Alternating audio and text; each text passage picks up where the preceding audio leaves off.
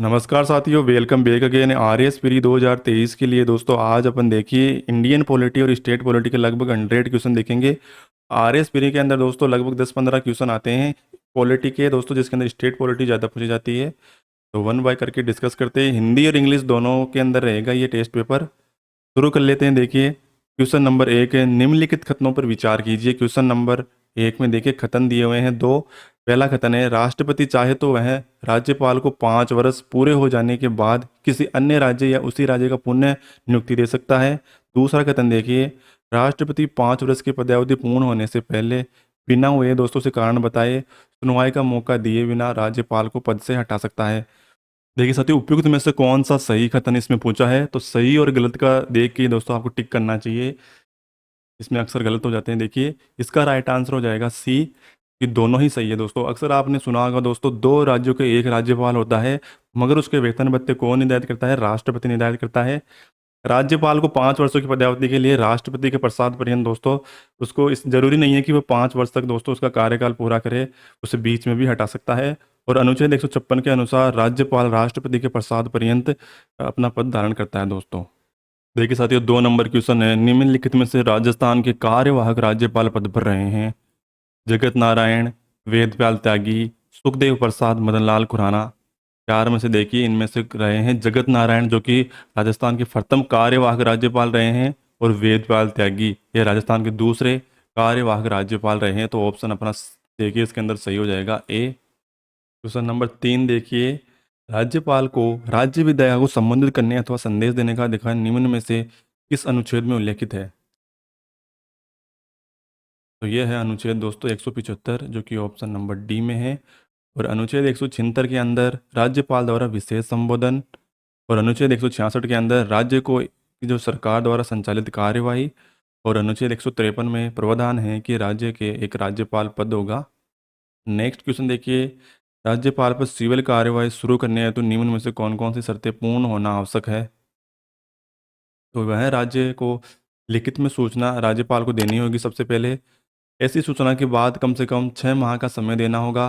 तीसरा देखिए, सूचना में जो पक्षकार है उसने अपना नाम, पता, प्रकृति मांगे सभी का अनुतोष का विवरण देना होगा दोस्तों साथ ही। तो ये दोस्तों इसके अंदर राइट आंसर हो जाएगा 1 और 3, जो कि सी ऑप्शन में करेक्ट है। ऐसी सूचना देने के लिए कम से कम 2 माह का समय उसे देना होगा, न कि 6 माह है। 1 और 3 इसके अंदर करेक्ट है। अगले क्वेश्चन देखिए, निम्न में से राज्यों को राज्यपाल जनजातीय कल्याण हेतु एक मंत्री की नियुक्ति का दोस्तों विशेष दायित्व दिया गया है। तो इसके अंदर कौन कौन से राज्य हैं जिसके अंदर विशेष जो मंत्री, कल्याण मंत्री, जनजातीय कल्याण हेतु मंत्री नियुक्त किया जाता है? तो इसके अंदर देखिए झारखंड और उड़ीसा के अंदर, जो कि ऑप्शन नंबर 1 और 3 दोस्तों सही है। B option is a correct answer. इसके अलावा कौन कौन से हैं? छत्तीसगढ़, झारखंड, मध्य प्रदेश और उड़ीसा में जो राज्यपाल को जनजातीय कल्याण हेतु मंत्री नियुक्त करने का दायित्व है। नेक्स्ट देखिए, यदि राज्यपाल एक से अधिक राज्यों में पद धारण करता है तो उसके वेतन का अनुपात कौन निर्धारित करता है? दोस्तों इसके अंदर राष्ट्रपति निर्धारित करता है, no doubt. Option number C correct हो जाएगा। देखिए जो अनुच्छेद 158 के भाग 3 के अंदर ए के अनुसार राज्यपाल को एक से अधिक राज्यों के पद दान कर सकता है, मगर उसके जो वेतन भत्ते कौन निर्धारित करेगा? राष्ट्रपति निर्धारित करेगा। देखिए दोस्तों नेक्स्ट क्वेश्चन 7 नंबर है, प्रमुख मुख्यमंत्री और उनके द्वारा कार्यकाल के दौरान किए हुए कार्य को मिलान करना है। इसके अंदर जय नारायण व्यास के द्वारा कौन सा कार्य किया हुआ है दोस्तों? इनके द्वारा देखिए एसयू आतंक उन्मूलन, जो कि देखिए ऑप्शन नंबर सी के अंदर दिया हुआ है। और अशोक गहलोत जी के द्वारा किया हुआ है सुनवाई का अधिकार अधिनियम, ये दोस्तों इन्होंने लागू किया था। साथ ही देखिए भैरों सिंह शेखावत द्वारा काम के बदले अनाज, और मोहनलाल सुखाड़िया के समय देखिए इंदिरा गांधी नहर परियोजना। तो इसके अनुसार देखिए अपना ऑप्शन कौन सा सही हो जाएगा? C option is a correct answer. देखिए मोहनलाल सुखाड़िया के कार्यकाल के दौरान पंचायती राज संस्था का गठन हुआ था। भैरों सिंह शेखावत के अत्यंत ये जो योजना चालू हुई थी दोस्तों। और अशोक गहलोत के देखिए प्रशासनिक मितव्ययता, विद्युत सुधार, अतिक्रमण मुक्त सूचना का अधिकार, राजस्थान लोक सेवा गारंटी अधिनियम 2011, ये प्रमुख दोस्तों इनके द्वारा इम्प्लीमेंट किए गए थे। नेक्स्ट देखिए, निम्न में से विशेषताओं से संबंधित मुख्यमंत्री का चयन कीजिए। पहला देखिए कथन, संपूर्ण देश में एकमात्र विधायक जिन्होंने प्रथम 10 विधानसभा चुनाव में लगातार जीत दर्ज की है। दूसरा देखिए, इनके नाम पर जयपुर में पत्रकारिता विश्वविद्यालय है। ये 3 बार मुख्यमंत्री रहे लेकिन कभी भी कार्यकाल पूरा नहीं कर पाए। तो तीनों में देखिए दोस्तों, कौन सा मुख्यमंत्री के लिए दोस्तों ये मेच खाता है? तो ये है Bhairav Singh Shekhawat, option number C correct answer इनके लिए। अगला देखिए, निम्न कथनों पर विचार कीजिए। कोई भी मंत्री उस समय तक अपने पद पर बना रह सकता है जब तक कि देखिए विधानसभा में उसको बहुमत का समर्थन प्राप्त है। दूसरा देखिए, केंद्र सरकार द्वारा राष्ट्रपति शासन का उपयोग करके राज्य मंत्रिपरिषद को बर्खास्त किया जा सकता है। संविधान में गैर सदस्य को भी मंत्रिपरिषद में शामिल करने का प्रावधान किया गया है। वो शर्त है कि दोस्तों वह 6 माह के सदन की सदस्यता ग्रहण कर लेनी चाहिए दोस्तों। इसके अनुसार कौन सा ऑप्शन सही हो जाएगा? देखिए दोस्तों, इसके अंदर असत्य कथन पूछा है कौन सा, क्योंकि देखिए तीनों ही कथन दोस्तों राइट है। कोई भी कथन इसके अंदर दोस्तों असत्य नहीं है, तो ऑप्शन नंबर डी करेक्ट है। नेक्स्ट देखिए, वर्तमान में राजस्थान मंत्रिपरिषद के संदर्भ में निम्नलिखित कथनों पर अवलोकन कीजिए। पहला देखिए, इसके अंतर्गत कैबिनेट स्तर की महिला मंत्रियों में श्रीमती शकुंतला रावत और श्रीमती ममता भूपेश शामिल है। दूसरा देखिए, वर्तमान में मंत्रिपरिषद में कोई भी उप मंत्री नहीं है। तीसरा देखिए, वर्तमान में मुख्यमंत्री समेत मंत्रिपरिषद की कुल संख्या 30 है। तो कौन सा कथन इसके अंदर सही है? देखिए उपयुक्त सभी सही है, ऑप्शन नंबर डी करेक्ट है। देखिए वर्तमान में एक मुख्यमंत्री, 9 कैबिनेट मंत्री है और 10 राज्य मंत्री है, टोटल 30 है। महिला राज्य मंत्री के रूप में श्रीमती जहीदा खान और मुद्रण स्टेशनरी विभाग इनका स्वतंत्र प्रभार है। और दोस्तों ये शिक्षा राज्य मंत्री है।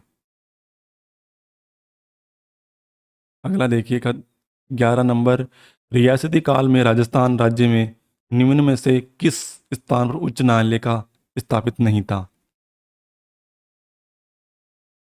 तो देखिए राजस्थान में जोधपुर, जयपुर, उदयपुर, बीकानेर, अलवर, इनके अंदर दोस्तों उच्च न्यायालय की स्थापना थी। और बाद में देखिए दोस्तों, इसके अंदर कौन पूछा है कि कौन से में नहीं थी, तो कोटा में नहीं थी इसके अंदर, बाकी अलवर, जोधपुर, उदयपुर, बीकानेर, अलवर इनके अंदर शामिल थी। अगला देखिए 12 नंबर, उच्च न्यायालय से संबंधित निम्नलिखित कथनों पर विचार कीजिए। पहला देखिए, मूल संविधान में प्रत्येक राज्य के लिए एक उच्च न्यायालय की व्यवस्था का प्रावधान किया गया है। दूसरा कथन देखिए, 7वें संविधान संशोधन के द्वारा 1956 के तहत साझा उच्च न्यायालय की स्थापना कर अधिकार सर्वोच्च न्यायालय को दिया गया है। यह अधिकार दोस्तों। अगला देखिए, देश के 2 केंद्र शासित प्रदेशों में स्वयं का उच्च न्यायालय स्थापित है। उपयुक्त में से कौन सा कथन असत्य है? देखिए साथियों, इसके अंदर 7वें संविधान संशोधन जो कि 1956 के तहत है, ये जो साझा उच्च न्यायालय की स्थापना का प्रावधान संसद को दिया गया है, न कि सर्वोच्च न्यायालय को। तो ऑप्शन नंबर इसके अंदर 2 ओनली गलत है और बाकी सभी सही है। अगला देखिए, उच्च न्यायालय के न्यायाधीशों की शपथ के संदर्भ में निम्नलिखित कथनों पर विचार कीजिए। पहला देखिए कथन, न्यायाधीश अपना पद ग्रहण करने से पूर्व संबंधित राज्य के राज्यपाल या उसके द्वारा इस जो नामित नियुक्त व्यक्ति है के समक्ष प्रतिज्ञान करता है। और दूसरा देखिए, उच्च न्यायालय के न्यायाधीशों तथा मुख्य न्यायाधीश पद व गोपनीयता की शपथ लेते हैं। और देखिए इस शपथ का प्रारूप तीसरी अनुसूची में वर्णित है। तो इसके अनुसार देखिए कौन सा कथन सत्य कथन का चयन करना है। तो 1 और 3 कथन सत्य हैं, ये 2 गलत है दोस्तों। उच्च न्यायालय के न्यायाधीशों को न्यायाधीश तथा मुख्य न्यायाधीश संविधान के प्रति निष्ठा की शपथ लेते हैं, जबकि अन्य सभी पद व न्याय गोपनीयता की शपथ लेते हैं। अगला क्वेश्चन, निम्न में से राजस्थान उच्च न्यायालय के वर्तमान में महिला न्यायाधीश है, इनमें से कौन सी जो कि देखिए राजस्थान उच्च न्यायालय में महिला न्यायाधीश नियुक्त है?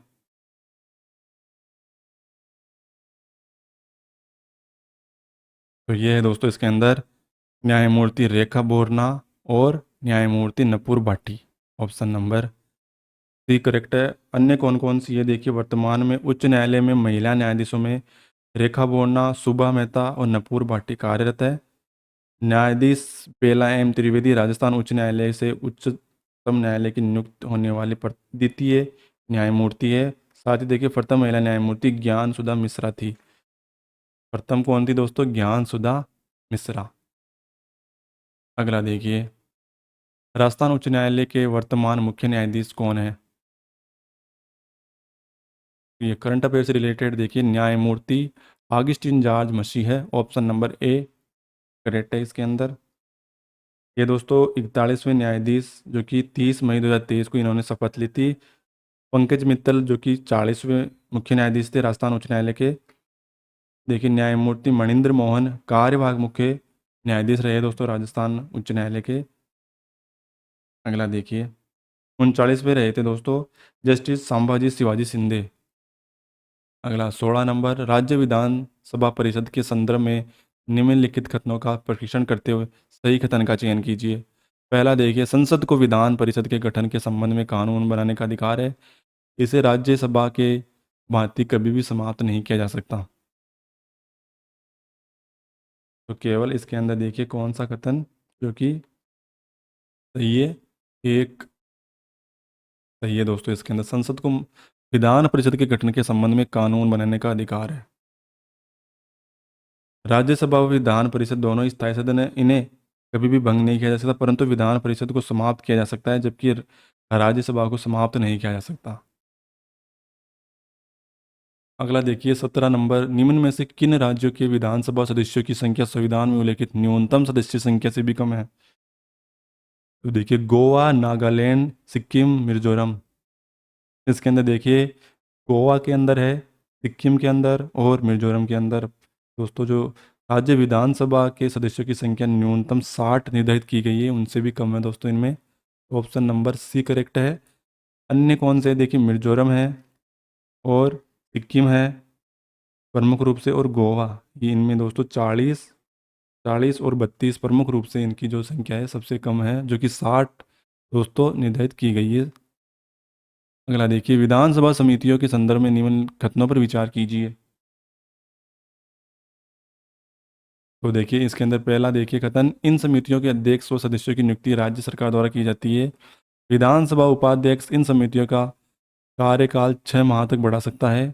तीसरा देखिए, कार्य सलाहकार समिति में किसी भी मंत्री को अध्यक्ष या सदस्य नियुक्त किया जा सकता है। अनुसार देखिए ऑप्शन कौन सा सही हो जाएगा? सत्य कथन पूछा है तो इनमें से कोई सत्य कथन नहीं है। देखिए ऑप्शन नंबर डी,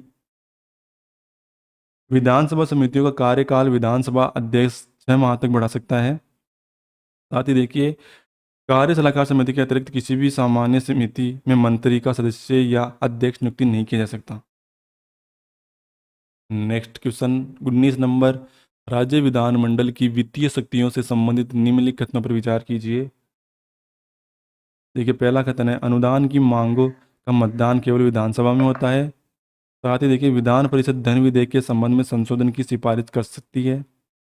तीसरा कथन देखिए, धन विधेयक राष्ट्रपति की पूर्ण अनुमति के अनुसार विधानसभा में रखा जा सकता है। साधारण विधेयक दोनों सदनों में से किसी भी में भी सर्वप्रथम पेश किया जा सकता है। तो इसके अनुसार देखिए ऑप्शन हो जाएगा अपना 1, 2 और 4 सही है इसके अंदर, जो कि ऑप्शन नंबर बी करेक्ट है। धन विधेयक का निर्धारण विधानसभा अध्यक्ष द्वारा तय किया जाता है और यह विधेयक राज्यपाल की अनुमति से विधानसभा में रखा जाता है। यानी इस पे दोस्तों पहले राज्यपाल सिग्नेचर करता है, उसके बाद ये विधानसभा में रखा जाता है। यही प्रक्रिया केंद्र में अपनाई जाती है। राष्ट्रपति के हस्ताक्षर से ये दोस्तों पहले सिग्नेचर होते हैं उस पर धन विधेयक पे, उसके बाद वह विधानसभा में प्रस्तुत यानी लोकसभा में प्रस्तुत होता है। अगला देखिए 20वां, निम्न में से किस संविधान संशोधन द्वारा राजस्थान विधानसभा की अवधि 6 वर्ष तक कर दी गई थी? तो ये दोस्तों कौन सा अनुच्छेद है? देखिए 42वां जो संविधान संशोधन है उसके 1976 के अनुसार विधानसभा की जो कार्यकाल 6 वर्ष कर दिया गया था इसके अंदर, परंतु बाद में से 5 वर्ष कर दी गई। अगला देखिए, राज्य मानवाधिकार आयोग से संबंधित निम्नलिखित कथनों पर विचार कीजिए। अगला क्वेश्चन है मानवाधिकार से आयोग जो भी है, देखिए इसके अंदर पहला है, यह मानवाधिकार संरक्षण अधिनियम 1993 के अंतर्गत स्वायत्त शासन उच्चाधिकारी प्राप्त मानवाधिकार की निगरानी संस्था है। साथ ही देखिए दूसरा कथन, इसके अध्यक्ष का कार्यकाल 5 वर्ष या 70 वर्ष की आयु जो भी हो दोस्तों निर्धारित किया गया है। अध्यक्ष और सदस्यों के आयोग को पुनर्नियुक्ति की जा सकती है। तो कौन सा कथन इसके अंदर सत्य है? तो इसी प्रकार के क्वेश्चन पूछे जाते हैं। देखिए, उनका कार्यकाल और उनकी सदस्य संख्या बीच में दोस्तों कथन के अंदर दी जाती है और दोस्तों स्टूडेंट को कंफ्यूज किया जाता है। इसके अनुसार देखिए अपना ऑप्शन सही हो जाएगा। सी 1 और 3 कथन सत्य हैं। बाकी देखिए इसकी 3 वर्ष है कार्यकाल और 70 वर्ष इसकी आयु रखी गई है, जो भी पहले हो। अगला देखिए राज्य मानवाधिकार आयोग के प्रथम अध्यक्ष थे। तो ये थे Kanta Bhatnagar. Option number C correct है, क्योंकि प्रथम अध्यक्ष थी इसकी। अगला देखिए मजदूर किसान शक्ति संगठन किससे संबंधित है? तो ये सूचना आयोग से है। सूचना आयोग मजदूर किसान शक्ति, ऑप्शन नंबर डी करेक्ट है। इसके अंदर देखिए आरटीआई कानून 2005 में संबंधित 2 संगठन महत्वपूर्ण है। मजदूर किसान शक्ति संगठन अरुणा राय द्वारा और परिवर्तन श्री अरविंद केजरीवाल द्वारा। अगला देखिए 24 नंबर क्वेश्चन, आरटीआई की महत्वपूर्ण धारा है और उनके संबंधित प्रावधान क्या, उनके अंदर क्या प्रावधान किए गए हैं उनका दोस्तों सम्मिलित करना है। देखिए धारा 6 के जो भाग 1 के अंदर दोस्तों आवेदन का प्रारूप है, जो कि देखिए ऑप्शन नंबर देखिए ए के अंदर दिया हुआ है। दूसरा देखिए धारा 15 के अंदर संरचना का प्रावधान है। धारा 16 के कार्यकाल का और धारा 17 के अंदर निष्कासन प्रक्रिया का प्रावधान है। तो ये देखिए 17 से आप याद रख सकते हैं कि 17 से खतरा है, यानी निष्कासन प्रक्रिया का प्रावधान इसके अंदर है। अगला देखिए क्वेश्चन, राज्य सूचना आयोग के बारे में निम्नलिखित कथनों पर विचार कीजिए। पहला देखिए यह पूर्णतः स्वायत्तशासी संस्था है। इससे अपने कार्यों के निष्पादन में किसी अन्य प्राधिकरण से निर्देश प्राप्त करने की आवश्यकता नहीं है। दूसरा देखिए इसका मुख्यालय जोधपुर में है। आयोग के समक्ष द्वितीय अपील प्रथम अपील आदेश की प्रति प्राप्त होने की तिथि से 90 दिन की दोस्तों दिवस के अंदर की जा सकती है। तो कौन सा कथन इसके अंदर सत्य कथन है, चयन करना है। तो ओनली इसके अंदर देखिए 1 और 3 सही है, बाकी 2 गलत है। इसकी जो दोस्तों कहाँ पर है, जयपुर में है इसकी पीठ न्यायालय की। 26 नंबर क्वेश्चन देखिए कथन दिए हुए हैं, राजस्थान विधानसभा में आंग्ल भारतीय समुदाय का प्रतिनिधित्व समाप्त कर दिया गया है। महाधिवक्ता का जो वेतन निदान विधानसभा द्वारा किया जाता है, कौन सा इसके अंदर असत्य कथन कौन सा है? तो असत्य देखिए इसके अंदर केवल 2 है। महाधिवक्ता का जो वेतन निदान है दोस्तों कौन करता है? 104वें संविधान संशोधन द्वारा 2020 द्वारा लोकसभा तथा विधानसभा में आंग्ल भारतीय सदस्यों का मनोनयन समाप्त कर दिया गया है। और महाधिवक्ता का जो वेतन निदान राज्यपाल द्वारा किया जाता है, अनुच्छेद 165 दोस्तों महाधिवक्ता का वर्णन है। अगला देखिए राज्यपाल निम्न में से किन पदों पर नियुक्त नहीं कर सकता? पहला देखिए राज्य लोक सेवा आयोग के अध्यक्ष व सदस्य, उच्च न्यायालय के न्यायाधीश, जनजातीय कल्याण मंत्री और महाधिवक्ता। तो इसके अंदर देखिए ऑप्शन नंबर ओनली कौन सा सही है? बी, जो कि उच्च न्यायालय के न्यायाधीश, इनकी नियुक्ति नहीं कर सकता ये। मुख्यमंत्री के अंतर्जातीय परिषद, राष्ट्रीय विकास परिषद और नीति आयोग की वाइनिंग काउंसिलिंग का सदस्य होता है ये दोस्तों, इसके अनुसार दोस्तों प्रमुख रूप से। अगला देखिए क्वेश्चन, मुख्यमंत्री निम्न में से किस निकाय का अध्यक्ष होता है? देखिए साथियों इसके अंदर अंतर्जातीय परिषद का भी ये होता है, राष्ट्रीय विकास परिषद का भी होता है। साथ ही देखिए ये राज्य योजना आयोग बोर्ड का सदस्य नहीं होता, तो यहाँ नहीं होना चाहिए। बाकी देखिए नीति आयोग की गवर्निंग काउंसिलिंग का भी ये दोस्तों होता है अध्यक्ष। तो यहाँ ऑप्शन में देखिए करेक्शन कीजिए, यहाँ नहीं होना चाहिए। इसके अनुसार अपना हो जाएगा राज्य योजना बोर्ड। अगला क्वेश्चन देखिए, निम्नलिखित में से उन मामलों का चयन कीजिए जहां विधान परिषद को विधानसभा के समान अधिकार प्राप्त है। तो इसके अंदर देखिए पहला है साधारण विधेयकों को पुनः पारित स्थापित करने का संदर्भ में, साथ ही अध्यादेश को स्वीकृति देने में संदर्भ में, राज्य लोक सेवा आयोग के क्षेत्राधिकार में वृद्धि करने के संदर्भ में। कौन सा इसके अंदर देखिए सही है? ऑप्शन नंबर डी उपयुक्त सभी है। जिसके अनुसार देखिए मुख्यमंत्री तथा अन्य सभी मंत्रियों की विधानसभा अथवा जो विधान परिषद है के सदस्य होना चाहिए, अतः इस संदर्भ में दोनों सदनों की स्थिति समान है। अन्य संवैधानिक निकाय जैसे राज्य वित्त आयोग, राज्य लोक सेवा आयोग के एक की रिपोर्ट पर विचार करने के संदर्भ में दोनों सदनों की शक्तियां समान है। अगला देखिए क्वेश्चन नंबर 30 है, निम्नलिखित कथनों पर विचार कीजिए, असत्य विकल्प को छांटिए। अंदर जो रॉन्ग तो स्टेटमेंट है उसको, पहला देखिए, न्यायालय विधानसभा और उसकी समितियों की जांच नहीं कर सकता। दोस्तों ये कर सकता है। दूसरा देखिए, उच्चतम न्यायालय या किसी उच्च न्यायालय के किसी अन्य न्यायाधीश को कर्तव्यों का निर्वहन में किए गए आचरण के विषय में राज्य के विधानमंडल में कोई चर्चा नहीं होगी। सदन के चालू सत्र के दौरान विधानमंडल के सदस्यों को साक्ष्य देने अथवा बतौर गवाह न्यायालय में उपस्थित होने के लिए बाध्य नहीं कर सकता। और चौथा देखिए, आपराधिक मामलों के अंदर विधानमंडल के सदस्यों का सत्र चलाने में 40 दिन पहले और बाद में गिरफ्तार नहीं किया जा सकता। तो इसके अनुसार देखिए ऑप्शन रॉन्ग कौन सा है, टी। दोस्तों विधानमंडल के सदस्यों का सत्र चलने के 40 दिन पहले तथा बाद में गिरफ्तार नहीं किया जा सकता। उल्लेखनीय है कि एक छूट केवल सिविल मामलों में प्रदान की गई है, आपराधिक मामलों में नहीं।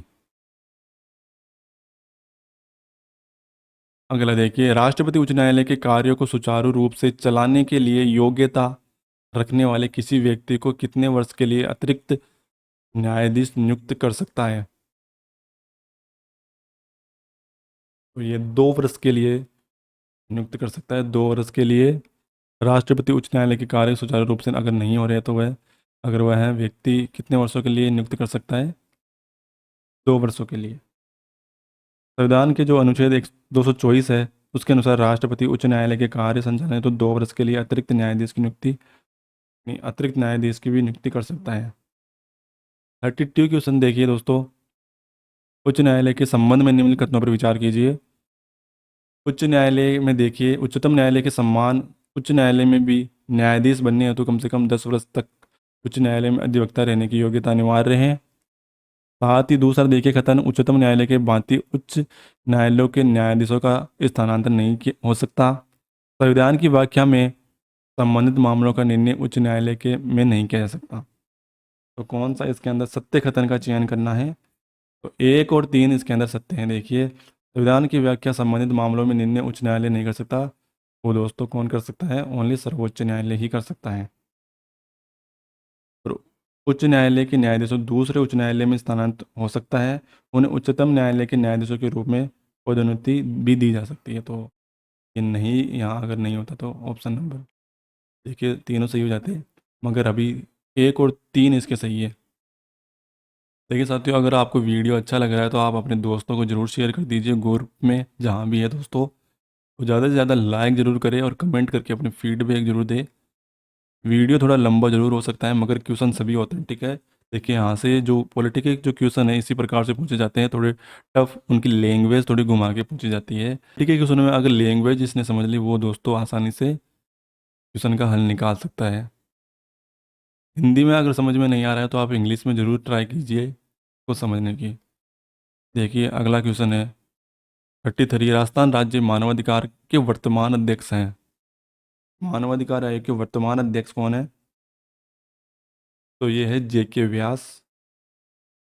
ऑप्शन नंबर देखिए 1 नंबर सही है।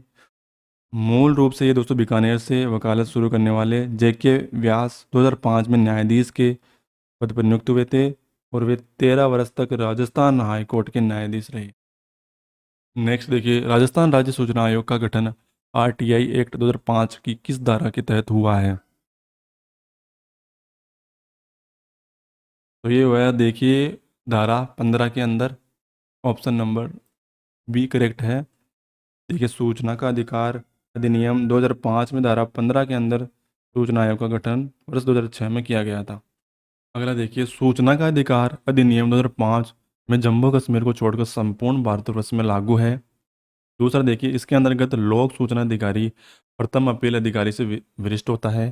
तीसरा देखिए, राज्य सरकार के स्तर पर इसे अधिनियम हेतु नोडल विभाग दायित्व प्रशासनिक सुधार विभाग को दिया गया है। तो कौन सा इसके अंदर कथन सही है? देखिए साथियों, इसके अंदर केवल 3 करेक्ट है। ऑप्शन नंबर इस जो कि ऑप्शन ए के अंदर है। अन्य देखिए दोस्तों कथन, वर्ष 2019 में अनुच्छेद 370 के समाप्त होने के बाद जम्मू कश्मीर में आरटीआई एक्ट 2005 लागू हो गया है। और देखिए, प्रथम अपील प्राधिकारी जो कि राज्य लोक सूचना अधिकारी से वरिष्ठ होता है। इस प्रकार देखिए दोस्तों, अपना ऑप्शन नंबर केवल 3 सही है। देखिए नेक्स्ट क्वेश्चन, जिला दंडनायक के रूप में जिला कलेक्टर की शक्तियां हैं। तो ये दोस्तों देखिए, स्थानीय निकाय के नियंत्रण एवं पर्यवेक्षण करना, जिले में स्थित सरकारी भूमि का अतिक्रमण रोकना, जिला राजकोष का नियंत्रण, देशियों के प्रपत्रों की जांच करना। तो जिला दंडनायक का ओनली देखिए 1 और 4, यानी स्थानीय निकायों का नियंत्रण और पर्यवेक्षण, और विदेशियों में देखिए दोस्तों जो प्रपत्र की जांच करना, यानी पासपोर्ट वीजा, इनकी सबकी ऑप्शन नंबर सी करेक्ट है। देखिए साथियों, जिला दंडनायक के रूप में जिला कलेक्टर जिले में कानून व शांति व्यवस्था को बनाए रखने, कर्फ्यू, शांति भंग के मामले में हथियारों के लाइसेंस जारी करना, स्थानीय निकायों में नियंत्रण पर्यवेक्षण, विदेशियों के जो प्रपत्र हैं उनकी जांच करना, जिले में स्थित सरकारी भूमि का अतिक्रमण रोकना तथा जिलों के राजकोष का नियंत्रण जिला कलेक्टर के राजस्व अधिकारी के रूप में निभाए जाने वाले दायित्व हैं। अगला देखिए, संभागीय आयुक्त जो कि संबंधित निम्नलिखित कथनों पर विचार कीजिए। इस व्यवस्था की शुरुआत विलियम बेंटिंक द्वारा की गई थी। अगला देखिए, सन 1949 में राजस्थान में 5 जिलों में संभाग बनाया गया। और देखिए 1987 में मुख्यमंत्री भैरों सिंह शेखावत द्वारा इस व्यवस्था को पुनः स्थापित किया गया और अजमेर को छठा संभाग बनाया गया। कौन सा कथन इसके अंदर सही है? यानी तो केवल देखिए इसके अंदर 1 और 2 सही है, क्योंकि ऑप्शन नंबर 1 के अंदर दिया हुआ है, संभागीय आयुक्त की व्यवस्था की शुरुआत ब्रिटिश गवर्नर विलियम बिटेक में के काल में 1829 में हुई थी। और 1987 में मुख्यमंत्री हरिदेव जोशी द्वारा संभागीय आयुक्त व्यवस्था को पुनः स्थापित किया गया और अजमेर को छठा संभाग बनाया गया, न कि भैरव सिंह शेखावत। और ये 4 जून 2005 को भरतपुर को राजस्थान का 7वां संभाग बनाया गया। और वर्तमान में देखिए दोस्तों, राजस्थान में 50 जिले और 10 संभाग की व्यवस्था हो चुकी है। तो इनमें से क्वेश्चन कम बनेंगे। देखिए दोस्तों, जो अभी वर्तमान में गठित जिले हैं इनमें से क्वेश्चन नहीं बनेंगे। आप जो पिछले डाटा है उन्हीं के अनुसार पढ़िएगा, उनमें से क्वेश्चन अवश्य बनेंगे। अगला देखिए, गरीबी रेखा से नीचे जीवन यापन करने वालों का सर्वेक्षण करवाना किसका दायित्व है? तो ये दोस्तों देखिए, उपखंड अधिकारी जो कि एसडीओ होता है उसका गरीबी रेखा से जीवन यापन करने वालों का जांच करना है। अगला देखिए, थोड़ा फास्टली देखें इसलिए, नहीं तो थोड़ा वीडियो लंबा हो जाएगा दोस्तों। प्रमुख समितियां और उनके वर्ष। गिरधारी लाल व्यास समिति ये कब गठित हुई थी दोस्तों? ये हुई थी 1973 में। सदी अली समिति ये गठित हुई थी 1964 में। साथ ही देखिए, गुलाब चंद कटारिया समिति ये दोस्तों 2009 में। और हरीश चंद्र समिति ये हुई थी 1963 में। इसके अनुसार ऑप्शन है सही ए। अगला देखिए, राज्य वित्त आयोग के संबंध में असत्य कथन को चयन कीजिए। राज्य वित्त आयोग का गठन राजस्थान जो पंचायती राज कानून 1993 के अनुसार होता है और इसमें 1 अध्यक्ष और 3 सदस्य होते हैं। तो कौन सा इसके अंदर देखिए कथन असत्य कथन का चयन करना है, न कि देखिए ये अवश्य ध्यान रखिए सत्य और असत्य का। असत्य कथन कौन सा है इसके अंदर? तो इसके अनुसार दोस्तों अपना सही हो जाएगा। देखिए कि 1 और 2 दोनों ही क्या है दोस्तों? असत्य हैं कथन। C option is a correct answer. देखिए साथियों, अनुच्छेद 243 के आई व वाई में राज्य वित्त आयोग का गठन है। संरचना 1+4 है, यानी 1 अध्यक्ष और 4 इसके सदस्य होते हैं। असम पंचायती राज कानून 1994 में लागू हुआ था, लेकिन 1993 में। अगला देखिए, पंचायती राज संस्थाओं की योग्यता से संबंधित अनुच्छेद कौन सा है? ओ, योग्यता से संबंधित देखिए 243F की ए ऑप्शन सही है दोस्तों। पंचायती राज संस्थाओं का सदस्यों की योग्यता से संबंधित है। आई के जो 243 आई है उसके अंदर वित्त आयोग का गठन है। और 243 डी में प्रावधान है कि राज्य जो पंचायती राज व्यवस्था है में आरक्षण से संबंधित। और 243 एच में अंदर पंचायती राज संस्थाओं के करारोपण का अधिकार संबंधित है। 42 क्वेश्चन देखिए, पंचायती राज संस्थाओं में अविश्वास प्रस्ताव का प्रावधान का विचार कीजिए। देखिए यह प्रस्ताव 2/3 न्यूनतम सदस्यों के समर्थन द्वारा पेश किया जाता है। दूसरा देखिए, यह प्रस्ताव 3/4 के सदस्यों के समर्थन पर पारित किया जाता है। तीसरा, अविश्वास प्रस्ताव कार्यकाल में प्रथम 2 और वह अंतिम 1 वर्ष में नहीं लाया जा सकता। सही कथन कौन सा है इसके अंदर? देखिए 2 और 3 सही है। यानी अविश्वास जो प्रस्ताव है दोस्तों, 2 वर्ष व अंतिम 1 वर्ष में नहीं लाया जा सकता और 3/4 सदस्यों का इसके अंदर समर्थन होना चाहिए।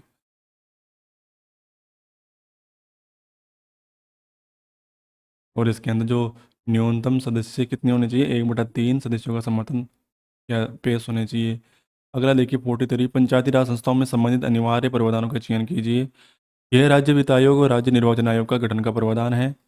महिलाओं के लिए 33% जो आरक्षण है व्यवस्था है। पंचायती राज संस्थाओं के लेखा प्रशिक्षण, वार्ड पंच और जो पंचायत समिति है सदस्यों के प्रत्यक्ष निर्वाचन का प्रावधान इसमें है। तो इसके अनुसार देखिए कौन सा कूट सही है? तो 1 और 4 सही है। राज्य वित्त आयोग का गठन और राज्य निर्वाचन आयोग का गठन है दोस्तों इसके अनुसार किया गया है। और वार्ड पंच और पंचायत समिति के जो सदस्य हैं उसका प्रत्यक्ष निर्वाचन का प्रावधान इसके अंदर किया गया है। और देखिए पंचायती राज संस्थाओं में जो ओबीसी आरक्षण और महिलाओं को 50% आरक्षण का प्रावधान है। अगला देखिए, निम्न में से कौन सा अधिनियम राजस्थान में ग्राम सभा की संयुक्त बैठकों का प्रावधान करता है?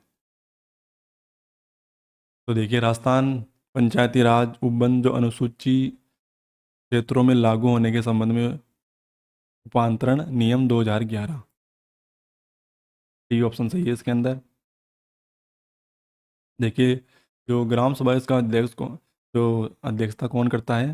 सरपंच करता है। सभी ग्राम सभाएं का निकाय की इसी तरह कार्य करती है। संयुक्त बैठक में प्रत्येक ग्राम सभा की सदस्यों की न्यूनतम 5% या 10 सदस्यों का कम से कम उपस्थित होना अनिवार्य है। 45 क्वेश्चन देखिए, नगरीय स्थानीय स्वशासन के संबंध में निम्नलिखित कथनों पर विचार कीजिए। 1964 में राजस्थान में सर्वप्रथम माउंट आबू की नगर पालिका की स्थापना हुई और लॉर्ड रिपन की स्थानीय स्वशासन का जनक माना जाता है। वर्तमान में नगरीय स्वशासन राज्य सूची का विषय है। सही कूट का चयन करना है इसमें। देखिए 2 और 3 सही है केवल। 2 और 3 सही है। सन 1864 में राजस्थान में सर्वप्रथम माउंट आबू में नगर पालिका का हुआ था दोस्तों गठन, न कि 1964 में। और 1882 में लॉर्ड रिपन और स्थानीय शासन की शुरुआत की गई, इसलिए स्थानीय स्वशासन का जनक उन्हें माना जाता है। और ये देखिए अगला क्वेश्चन, राजस्थान लोक सेवा आयोग के संबंध में निम्न कथनों पर विचार कीजिए। पहला देखिए आरपीएससी 15 अगस्त 1949 को ये प्रभाव में आया था। और देखिए आयोग में अध्यक्ष सदस्य तब तक अपने पद पर बने रहते हैं जब तक कि वे 6 वर्ष का कार्यकाल अथवा 65 वर्ष की आयु में पूर्ण नहीं कर लेते हैं। तीसरा देखिए, कार्यकाल की समाप्ति के पश्चात अध्यक्ष व सदस्य उसी पद पर पुनः नियुक्त नहीं होंगे।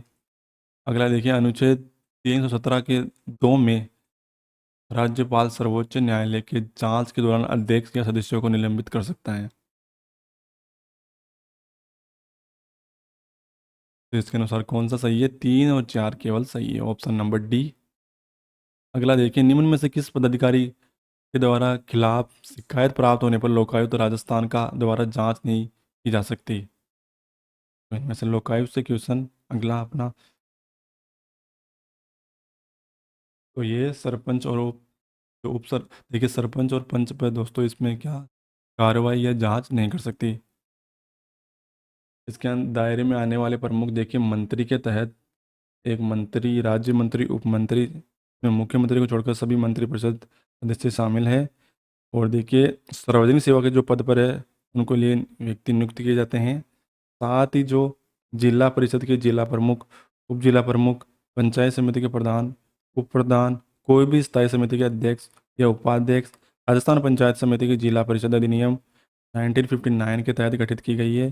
कोई भी स्थानीय पर जो प्राधिकार राजस्थान राज्य को, जो कि सचिव का मतलब तो राजस्थान सचिव से, इसमें विशेष सचिव, अतिरिक्त सचिव, एक संयुक्त सचिव भी दोस्तों इसके अंदर शामिल है।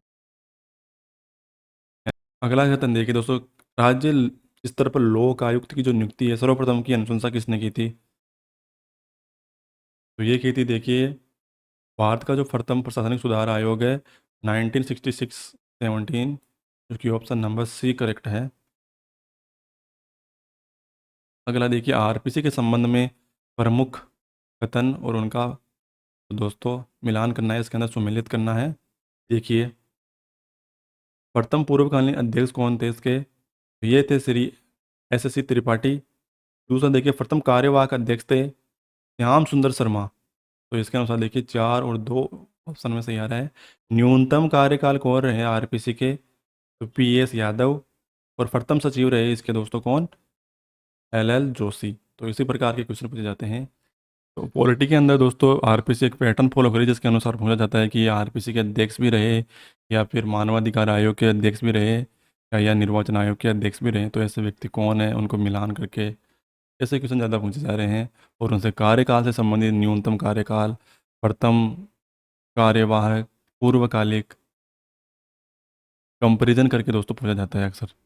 अगला देखिए 50 नंबर, राज्य निर्वाचन आयुक्त को पद से हटाने की प्रक्रिया में सत्य कथन कौन सा है? तो ये देखिए, इसके अंदर राज्य निर्वाचन आयुक्त को संसद के द्वारा महाभियोग प्रस्ताव पारित होने पर राष्ट्रपति द्वारा हटाया जा सकता है। तो ऐसा ऑप्शन देखिए डी में प्रावधान है, जो कि option number D is a correct. देखिए, राज्य निर्वाचन आयुक्त के पद पर उसी प्रकार हटाया जाता है जिस प्रकार की उच्च न्यायालय के न्यायाधीशों को हटाया जाता है। संसद के द्वारा महाभियोग प्रस्ताव पारित होने पर राष्ट्रपति द्वारा से हटा दिया जाता है। अगला देखिए, राजस्थान लोक सेवा आयोग के संबंध में निम्नलिखित कथनों पर विचार कीजिए। पहला देखिए, राजस्थान लोक सेवा आयोग 2008 में 17 दिन एक सदस्य आयोग रहा और CR चौधरी अकेले अध्यक्ष एवं सदस्य रहे। दूसरा देखिए, रघुकुल तिलक आरपीसी के सदस्य के बाद राज्यपाल भी रहे। तो ये देखिए कंपैरिजन करके अक्सर पूछे जाते हैं क्वेश्चन। तीसरा कथन देखिए, KL कमल को, जो कि राजस्थान लोक सेवा आयोग के सदस्य रहे, बाद में राजस्थान विश्वविद्यालय के कुलपति भी रहे। उपयुक्त में से कौन सा कथन सही है? तो सही कथन इसमें तीनों ही सही है। देखिए ऑप्शन नंबर सी करेक्ट है। अगला देखिए, निम्न में से कौन नीति निर्माण का अनौपचारिक माध्यम है? तो यह है मीडिया, ऑप्शन बी करेक्ट है। नेक्स्ट देखिए, यदि राजस्थान विधानसभा में कोई ऐसा विधेयक पारित करती है जिसे उच्च न्यायालय की संवैधानिक स्थिति को खतरा पहुंचता है, तो राजस्थान का राज्यपाल देखिए क्या करेगा, क्या एक्शन लेगा? उसके संदर्भ में प्रमुख देखिए, विधेयक को अनुमति देगा या विधेयक पर हस्ताक्षर से पूर्व उच्च न्यायालय की सलाह लेगा या उसे सलाह लेने के अनुसार कार्य करेगा। तीसरा देखिए, विधेयक पर अनुमति नहीं देगा किंतु उसे राष्ट्रपति के विचार के लिए आरक्षित रखेगा।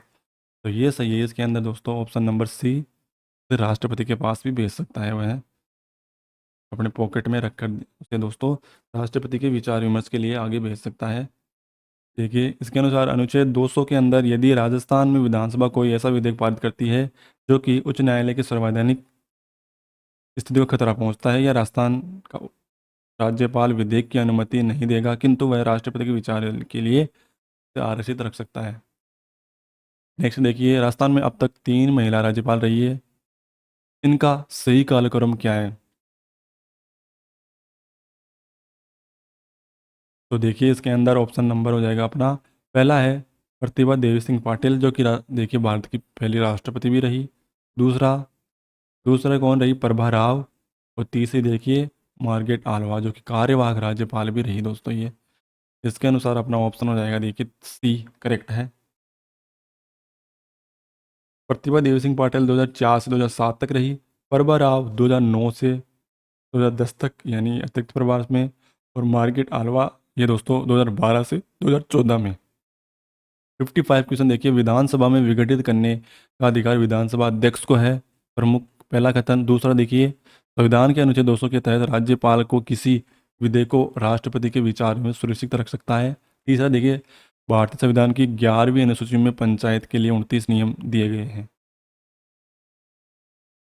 तो कौन सा कथन इसके अंदर सही है? देखिए, 2 और 3 सही है। बाकी देखिए, विधानसभा जो विघटित करने का अधिकार राज्यपाल को है, न कि विधानसभा अध्यक्ष को। अगला देखिए, राजस्थान विधानसभा की विभिन्न वित्तीय समितियों के बारे में कथनों पर विचार कीजिए। पहला कथन देखिए, इन समितियों के 15 से अधिक सदस्य नियुक्त नहीं होंगे। दूसरा, वित्तीय समितियों के सदस्यों की नियुक्ति विधानसभा के अध्यक्ष द्वारा की जाएगी। तीसरा, विधानसभा अध्यक्ष आकस्मिक रिक्त को मनोनयन द्वारा भर सकता है। चौथा देखिए, कोई भी मंत्री जो किसी वित्तीय समिति का सदस्य है, उस समिति का पदेन अध्यक्ष होगा। तो ये होगा 2 और 4, जो कि ऑप्शन नंबर सी के अंदर है। नेक्स्ट देखिए, राज्य विधानमंडल के सदस्य चुने जाने के लिए संविधान में उल्लेखित अर्हताएं हैं। वह भारत का नागरिक होगा, विधानसभा के लिए कम से कम 25 वर्ष या विधान परिषद के लिए 35 वर्ष होने चाहिए। तीसरा देखिए, उसमें राज्य विधानमंडल द्वारा निर्धारित अन्य अर्हता भी होनी चाहिए। तो सत्य कथन का चयन करना है इसमें। देखिए साहब, तो इसके अंदर पहला भी सही है, दूसरा भी सही है, और देखिए ऑप्शन नंबर इसके अंदर डी सही है, जो कि देखिए सभी जो तीनों कथन दिए हुए हैं सभी सही है। देखिए साथियों, 58 नंबर क्वेश्चन है, निम्न में से कौन राज्य विधान सभा और राज्य विधान परिषद की जो आम चुनाव की अधिसूचना जारी कर सकता है? इनमें से कौन है? तो यह है राज्य के अंदर राज्यपाल, ऑप्शन नंबर सी। कौन सी विधानसभा को भंग कर राज्य में प्रथम बार मध्य अवधि चुनाव करवाए गए थे? तो उसके बीच में चुनाए गए ये 6वीं विधानसभा में दोस्तों गिराए गए थे। 6वीं विधानसभा के दौरान 1980 में केंद्र में जनता पार्टी की सरकार गिर गई और केंद्र में नई पार्टी कांग्रेस सरकार ने राज्य सरकार में बर्खास्त कर राजस्थान में राष्ट्रपति शासन लगा दिया गया। अगला देखिए, असत्य कथन का चयन करना है इसमें से। पहला देखिए, राजस्थान में प्रथम राष्ट्रपति शासन के दौरान इंदिरा गांधी प्रधानमंत्री थी। दूसरा देखिए, राजस्थान में द्वितीय राष्ट्रपति शासन के दौरान प्रधानमंत्री मोरारजी देसाई थे। हीरालाल देवपुरा, जिनकी पद पर रहते हुए मृत्यु हुई, और राजस्थान के एकमात्र मुख्यमंत्री थे। अगला देखिए, 6वीं विधानसभा में सीटें 184 से बढ़कर 200 कर दी गई। तो असत्य कथन का चयन करना है इसके अंदर। देखिए, एक असत्य कथन है, बाकी 3 सही है इसमें। तो हीरालाल देवपुरा, देखिए इसके अंदर ये कथन गलत है। हीरालाल देव जिनकी पद पर रहते हुए मृत्यु हुई और राजस्थान के एकमात्र मुख्यमंत्री है। देखिए, बरकतुल्ला खान, जिनके पद पर रहते हुए मृत्यु हुई और राजस्थान के एकमात्र ये मुख्यमंत्री थे। ऑप्शन नंबर सी करेक्ट हो जाएगा इसमें। नेक्स्ट देखिए, निम्न में से राजस्थान के कौन से मुख्यमंत्री राज्यपाल भी रहे हैं? तो मोहनलाल सुखाड़िया, हरिदेव जोशी, जगन्नाथ पहाड़िया, शिवचरण माथुर। तो देखिए, मुख्यमंत्री के साथ साथ राज्यपाल भी रहे हैं ये। उपरोक्त सभी करेक्ट हो जाएगा इसके अंदर। नेक्स्ट देखिए, राजस्थान लोक सेवा आयोग के सदस्यों की संख्या में विस्तार करता है या करती है? तो ये राज्यपाल करता है, राज्यपाल। सदस्यों की संख्या में विस्तार राज्यपाल कर सकता है। नेक्स्ट देखिए, राजस्थान में वित्त आयोग के अध्यक्षों का सही क्रम क्या है? जो वित्त आयोग है दोस्तों, छठा वित्त आयोग है, जिसके प्रद्युमन दोस्तों क्या है, अध्यक्ष है वर्तमान में। इनका पूछा है कि कार्य का जो अध्यक्ष रहे उनका सही कार्यकाल कालक्रम कौन सा है? ऑप्शन नंबर देखिए इसके अंदर राइट आंसर हो जाएगा अपना कृष्ण कुमार गोयल, हीरालाल देवपुरा, माणिक चंद सुराणा और बी डी कल्ला। तीनों ऑप्शन सही है इसके अंदर। देखिए, कृष्ण कुमार गोयल, हीरालाल देवपुरा राजस्थान के ये मुख्यमंत्री भी रह चुके हैं। बी डी कल्ला राजस्थान के शिक्षा मंत्री वर्तमान में। श्रीमती ज्योति किरण एकमात्र महिला अध्यक्ष रही। और वर्तमान में देखिए, श्री प्रद्युमन सिंह, 13 अप्रैल 2021 को यह गठन हुआ। 2 सदस्य अन्य रहते हैं इसके अंदर, श्री लक्ष्मण सिंह और अशोक लोहाटी। नेक्स्ट देखिए, राज्य का मानवाधिकार आयोग की धारा उसकी विषय वस्तु संबंधित सम्मिलित युग्म कौन सा है? मानवाधिकार आयोग की धारा के अनुसार देखिए, धारा 22 के अंदर सदस्यों की नियुक्ति, धारा 23 में सदस्यों को हटाना और धारा 28 में वार्षिक प्रतिवेदन। तो तीनों ही सही है इसके अंदर दोस्तों, सही युगम उपयुक्त सही हो जाएगा, एक ऑप्शन सही है। कथनों पर विचार कीजिए। वर्तमान में देश में 25 उच्च न्यायालय हैं और वर्तमान उच्च न्यायालय जो राजस्थान उच्च न्यायालय के स्वीकृत न्यायाधीशों की संख्या उच्चतम न्यायालय की स्वीकृत न्यायाधीशों की संख्या से कम है। तो ये इसके अनुसार देखिए केवल दो असत्य कथन का पूछा है, असत्य कथन, तो केवल दो कथन असत्य हैं। देखिए साथियों वर्तमान में राजस्थान उच्च न्यायालय के स्वीकृत न्यायाधीशों की संख्या 50 है और उच्चतम न्यायालय के स्वीकृत न्यायाधीशों की संख्या 34 से भी कम है। नेक्स्ट देखिए, राजस्थान सूचना आयोग के संदर्भ में कथनों पर विचार कीजिए। इसका गठन 18 अप्रैल 2006 को किया गया। दूसरा देखिए, राज्यपाल द्वारा मुख्यमंत्री की अध्यक्षता वाली समिति की सिफारिश पर अध्यक्ष और सदस्यों की नियुक्ति होती है। तीसरा, राज्य मुख्य सूचना आयोग का आयुक्त शपथ राज्यपाल के द्वारा दिलाई जाती है। तो असत्य कथन कौन सा है इसके अंदर? असत्य कथन कोई दोस्तों इसके अंदर असत्य नहीं है, ऑप्शन नंबर सभी सत्य हैं। देखिए, राजस्थान लोक सेवा गारंटी अधिनियम 2011 के बारे में निम्नलिखित कथनों पर विचार कीजिए। तो पहला देखिए, प्रारंभ में इसमें 15 विभाग 108 सेवाएं शामिल थी। द्वितीय के अंदर द्वितीय अपीलीय अधिकारी को सिविल प्रक्रिया सहित 1908 के तहत शक्तियाँ प्राप्त है। तीसरा देखिए, प्रथम अपील अधिकारी निर्णय के विरुद्ध 60 दिवस में द्वितीय अपील अधिकारी को अपील की जा सकती है। तो इसके अनुसार कौन सा सत्य कथन पूछा है इस बार? तो ये हो जाएगा इसके अंदर उपयुक्त सभी सही है, ऑप्शन नंबर डी।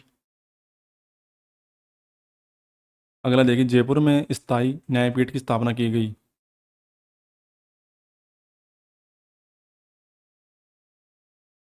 तो ये की गई थी राष्ट्रपति द्वारा राज्यपाल और राजस्थान के उच्च न्यायालय के मुख्य न्यायाधीशों के परामर्श के बाद। सी ऑप्शन करेक्ट है। नेक्स्ट देखिए 69, निम्न में से किस जिले का न्यायाधीश न्यायालय जिला मुख्यालय अवस्थित नहीं है?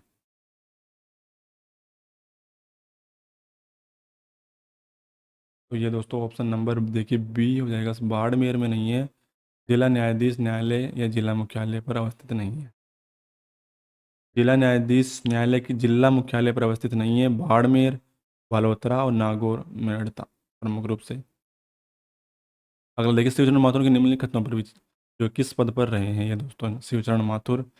देखिए, ये रहे प्रमुख रूप से राजस्थान में राज्यपाल, मुख्यमंत्री, प्रशासनिक सुधार आयोग और जिला प्रमुख, तीनों पदों पर ये दोस्तों इन पदों पर रहे हैं। बी ऑप्शन करेक्ट हो जाएगा इसके अंदर। तो इनके बारे में देखिए साथियों, अगला क्वेश्चन है, राजनीतिक वैज्ञानिक से संबंधित निम्नलिखित शब्दों में भारतीय संघवाद का वर्णन करने के लिए उनके द्वारा उपयोग किए जाने वाले प्रमुख जो शब्द हैं उनके विचार कीजिए। देखिए, पहला है अर्धसंघीय जो कि केसी विहारे द्वारा। देखिए, सौदेबाजी संघीय जो कि आइवर जेनिंग्स के द्वारा। अत्यंत संघीय ये पॉल एपलेबी के द्वारा। और सहकारी संघीय जॉन विले एस्टिन। इसके अनुसार देखिए उपरोक्त में से कौन से जोड़े सम्मिलित है? तो एक दो और तीन सही है, बाकी सभी चौथा गलत है इसके अंदर। नेक्स्ट देखिए 72 नंबर क्वेश्चन, संघवाद शब्द का उल्लेख भारतीय संविधान की प्रस्तावना के अनुच्छेद 1 में किया गया है। दूसरा देखिए, भारतीय संघीय व्यवस्था कनाडाई मॉडल पर आधारित है, न कि अमेरिकी मॉडल पर। अगला देखिए, एकात्मक सरकार की अनिवार्य विशेषता में एक सदनीय विधायिका के साथ अलिखित व लचीला संविधान प्रमुख है। तो इसके अनुसार देखिए कौन सा गलत कथन कौन सा है इसके अंदर चयन करना है। देखिए ऑप्शन हो जाएगा इसके अंदर सी, 1 और 3 गलत है, बाकी दो सही है।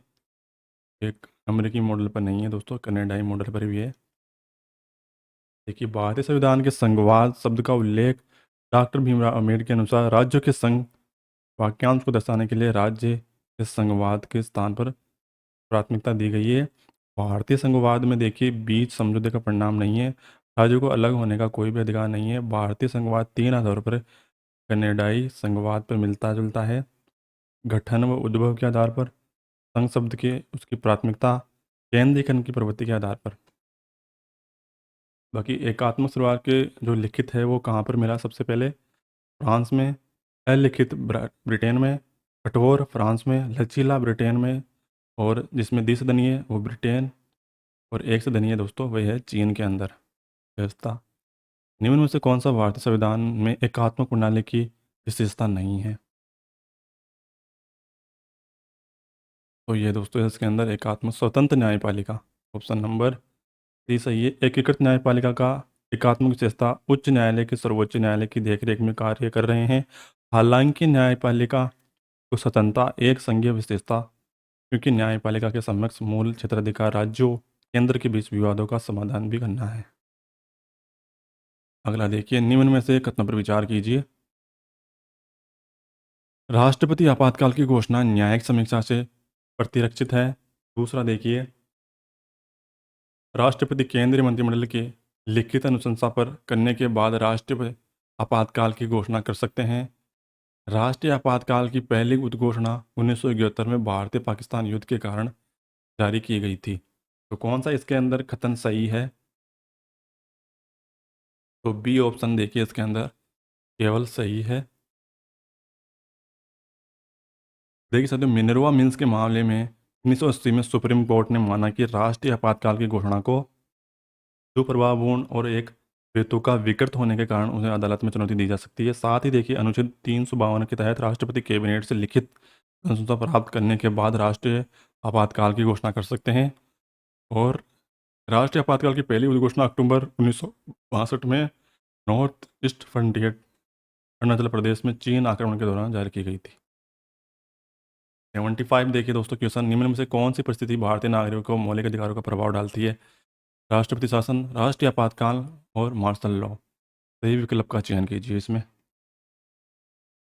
तो राष्ट्रीय आपातकाल और दोस्तों मार्शल लॉ इसके अंदर प्रमुख जो मूल अधिकार है उन पे प्रभाव डालते हैं। ऑप्शन नंबर 2 और 3 है।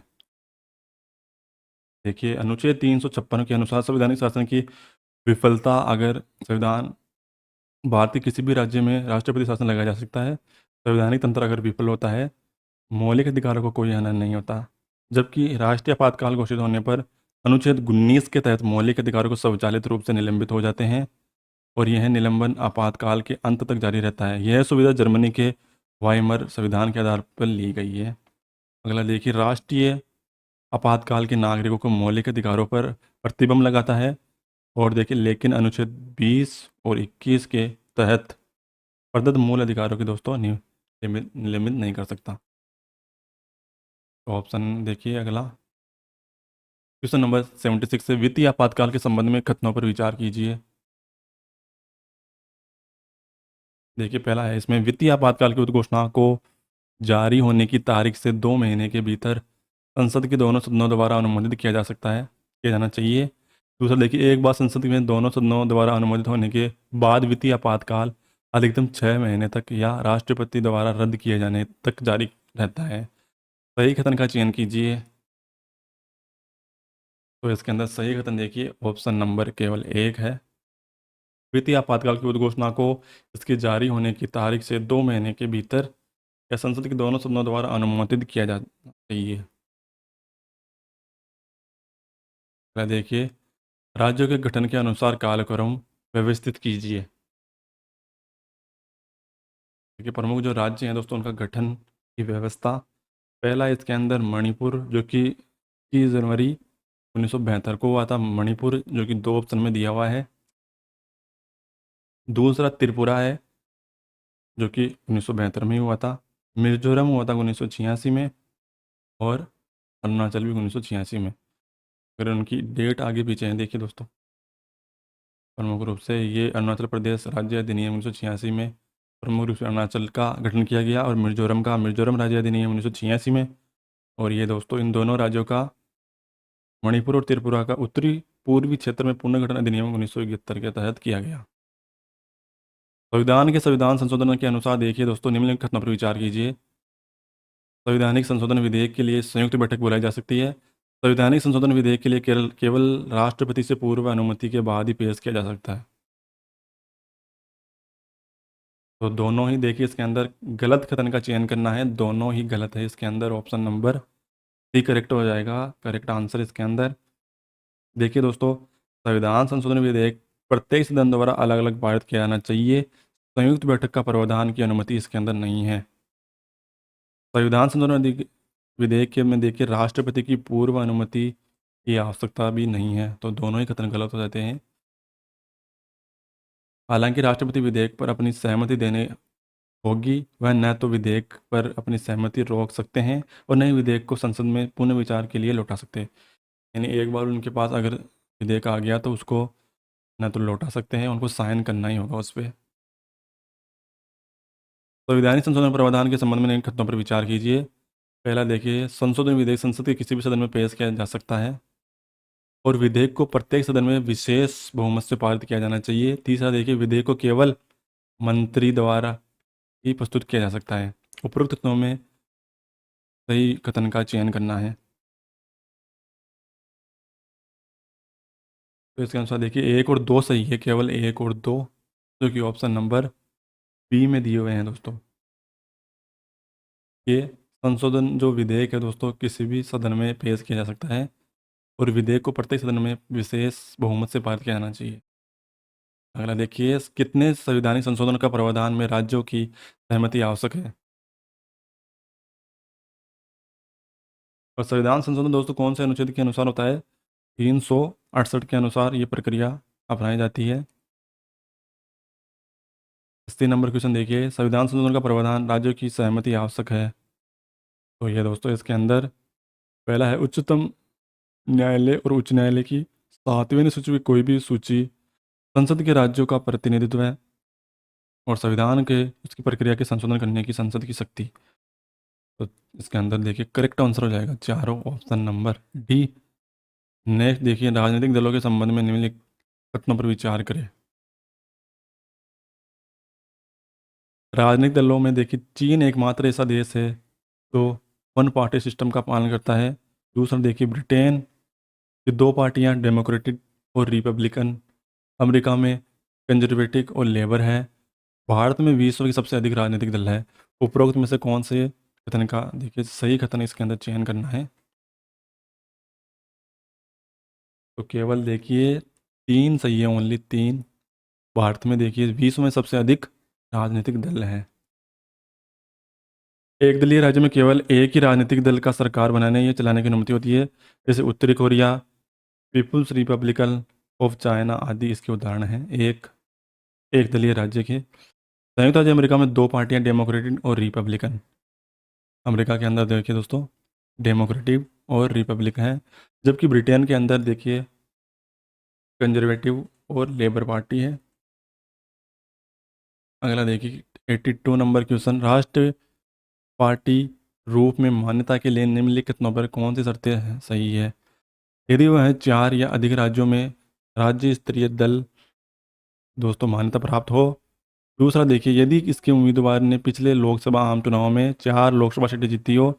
नवीनतम लोकसभा या विधानसभा चुनाव में 4 या अधिक राज्यों में कुल वैध सीटों का कम से कम 6% हासिल किया हो। दूसरा देखिए, यदि पार्टी ने कम से कम 4 राज्यों में लोकसभा की कुल सीटों में कम से कम 2% जीत दर्ज की हो।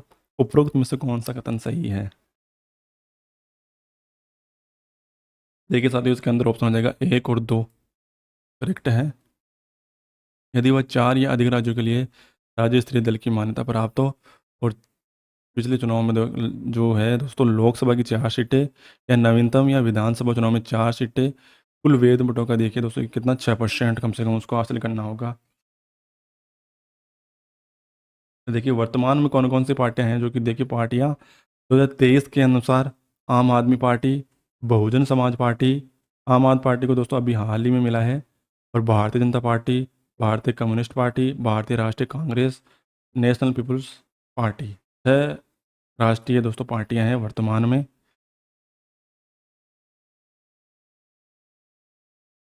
नेक्स्ट देखिए, निम्नलिखित कथनों पर विचार कीजिए।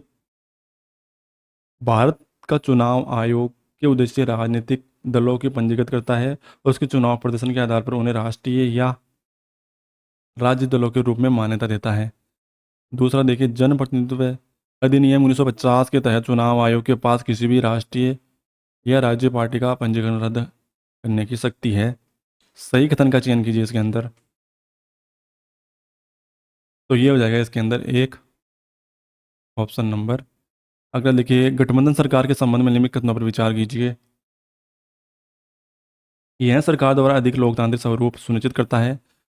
वे विचारधारा से अधिक सामान्य शासन और व्यवहारिकता पर आधारित है। तो ऑप्शन दोनों ही इसके अंदर क्या है, सही है। सत्य कथन पूछा है, देखिए सही कथन। अगला देखिए, निम्नलिखित में से कौन सा गठबंधन सरकार का गुण नहीं है। निचली सरकार की नीतियाँ, क्षेत्रीय आकांक्षाओं को पूरा करना, तेजी से निर्णय लेना, बहुसंकीयवाद का अभाव। 85 में देखिए क्वेश्चन नंबर हो जाएगा सी, तेजी से निर्णय ले पाना, क्योंकि ये दो पार्टियां होगी तो उनके विचार बटे होंगे आपस में। अगला देखिए, भारत में गठबंधन सरकारों के संबंध में निम्नलिखित कथनों पर विचार कीजिए। राष्ट्रीय जनतांत्रिक गठबंधन एनडीए केंद्रीय स्तर पर जो सरकार बनाने वाला पहला गठबंधन था। 1977 से लेकर 2019 तक 12 गठबंधन केंद्र सरकार बन चुकी हैं। केंद्र में अब तक कितनी बार दोस्तों आ चुकी है, इनके अनुसार कौन सा सही कथन का चयन करना है। तो केवल दो कथन सही है। 2000 देखिए 1977 से लेकर 2019 तक 12 गठबंधन सरकारें आ चुकी है भारत में।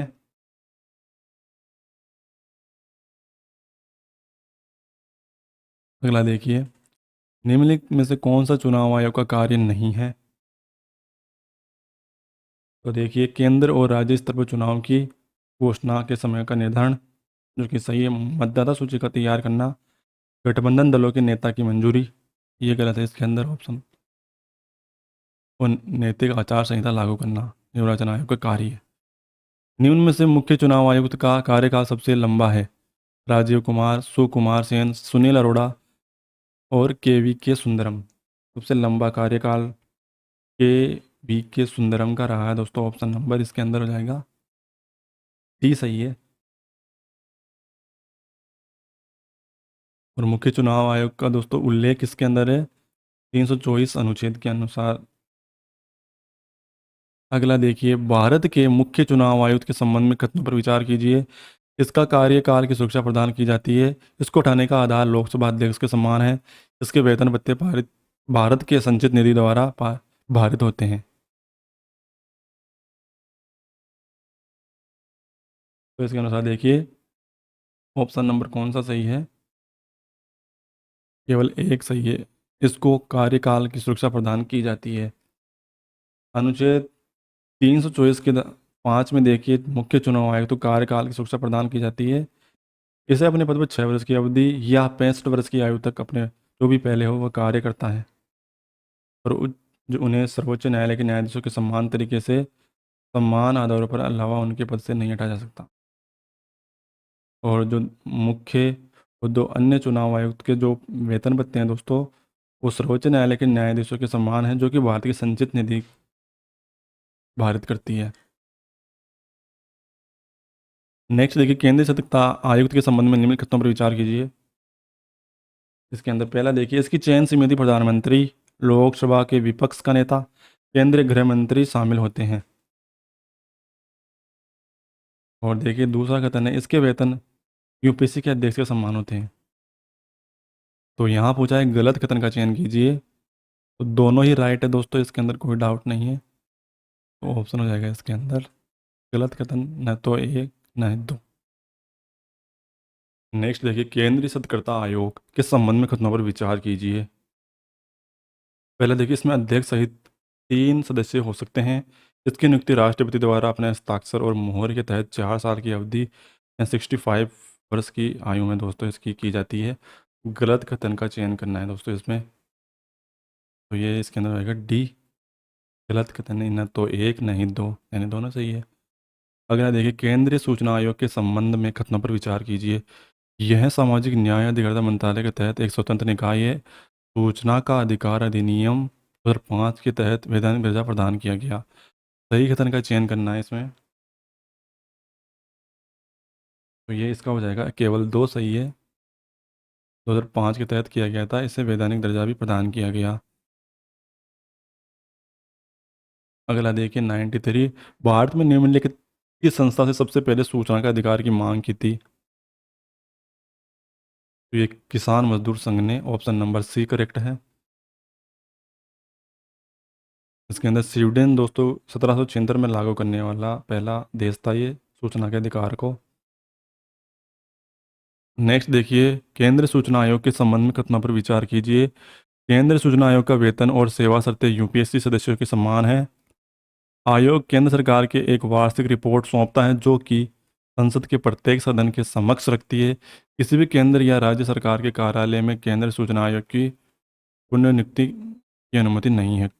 सही कथन का चयन करना है, इसमें देखिए 94 क्वेश्चन है। तो देखिए इसके अंदर 2 और 3 केवल सही है। इसकी जो कार्यकाल है दोस्तों, पहले 5 वर्ष या 65 वर्ष जो भी पहले निर्धारित की गई है दोस्तों। और देखिए, और इसके अंदर केंद्रीय सूचना आयोग के वेतन वृत्ति यूपीएससी के समान ही होते हैं। और इसका केंद्र व राज्य जो सरकार है कार्यालय केंद्र सूचना आयोग की पुनर्नियुक्ति नहीं की जा सकती। नेक्स्ट देखिए, राष्ट्रीय मानवाधिकार आयोग के संबंध में सही कथन का चयन कीजिए। यह संवैधानिक निकाय है। मानवाधिकार को किसी भी भारतीय कानून की परिभाषित नहीं किया जा सकता। इसमें समान पूर्णकालिक सदस्यों एवं अंशकालिक सदस्य हैं। अध्यक्ष और अन्य सदस्यों की कार्यकाल 3 वर्ष या 70 वर्ष की आयु जो भी पहले हो। तो इसके अनुसार देखिए ऑप्शन नंबर डी सही है।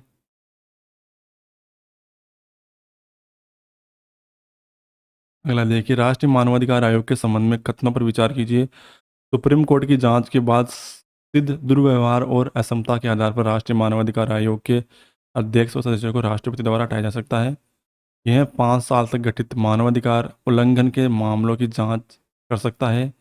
वार्षिक जो रिपोर्ट है उसकी सिफारिश संसद के बाध्यकारी कर सकता है। कौन सा कथन सही का चयन करना है इसमें? तो इसके अनुसार केवल एक सही है। सुप्रीम कोर्ट की जांच के आधार पर जो सिद्ध हुआ दुर्व्यवहार असमता के आधार पर राष्ट्रीय मानवाधिकार आयोग को अध्यक्ष को व सदस्यों को राष्ट्रपति द्वारा हटाया जा सकता है। अन्य जो जो 5 आधार है जिन पर सुप्रीम कोर्ट जांच की आवश्यकता नहीं है, दिवालिया और अपने अधिकार क्षेत्र के बाहर रोजगार, मानसिक शारीरिक असमता, अस्वस्थ मन, किसी भी अपराध के लिए दोषी ठहराया गया, मानवाधिकार संरक्षण अधिनियम 1993 से दोस्तों ये की धारा 21 के मानवाधिकार को परिभाषित किया गया है। अगला देखिए, निम्न में कथनों पर राष्ट्रीय मानवाधिकार आयोग से पहले अध्यक्ष थे। कौन पहले अध्यक्ष थे? ये थे Ranganath Mishra. Option number A correct है, 1993 से 1996 तक। अगला देखिए, लोकपाल के संबंध में निम्नलिखित कथनों पर विचार कीजिए। लोकपाल मामलों में स्वतः संज्ञान नहीं ले सकता और इसके लिए शिकायत दर्ज करने की आवश्यकता होती है। लोकपाल भ्रष्टाचार से संबंधित मामलों की सीबीआई को स्थानांतरित कर सकता है। लोकपाल में देखिए 2 कार्यकाल के लिए पुनर्वृत्ति के लिए पात्र जो सेवानिवृत्त के बाद केंद्र सरकार के अधीन पद धारण कर सकता है। कौन सा कथन इस पर सही है? देखिए साथियों, इसके अंदर हो जाएगा सही कथन का चयन करना है 1 और 2। लोकपाल देखिए शिकायत दर्ज कराने पर कार्यवाही कर सकता है, स्वतः संज्ञान नहीं दे सकता। और देखिए अगला क्वेश्चन नेक्स्ट है अपना, लोकपाल से संबंधित लोकपाल प्रधानमंत्री से संबंधित किन्हीं मामलों की जांच नहीं कर सकता। विदेशी मामले, अंतरिक्ष अनुसंधान, परमाणु तकनीकी और अंतरिक्ष सुरक्षा। आंतरिक सुरक्षा। इसके अंदर सही कोड का चयन करना है। उपयुक्त में से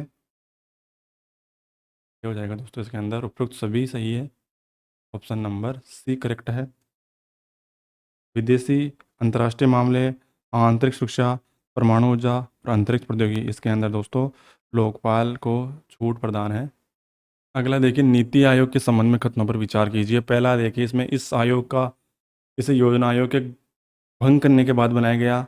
दूसरा देखिए, 1 जनवरी 2015 को इसे वैधानिक दर्जा मिला, जो कि दोस्तों पूर्णतः गलत है। न ही ये वैधानिक है, न ही संवैधानिक, 2 इसके अंदर गलत है। तीसरा देखिए, ये राष्ट्रीय और अंतर्राष्ट्रीय मुद्दों के लिए राजनीतिक व तकनीकी थिंक टैंक का कार्य करता है।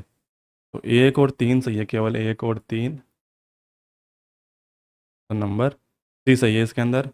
नहीं ये वैधानिक है, नहीं संवैधानिक। तो दोस्तों इसके अनुसार देखिए अपने 100 क्वेश्चन डिस्कस किए इंपॉर्टेंट। धन्यवाद दोस्तों को जरूर से शेयर कर दीजिए।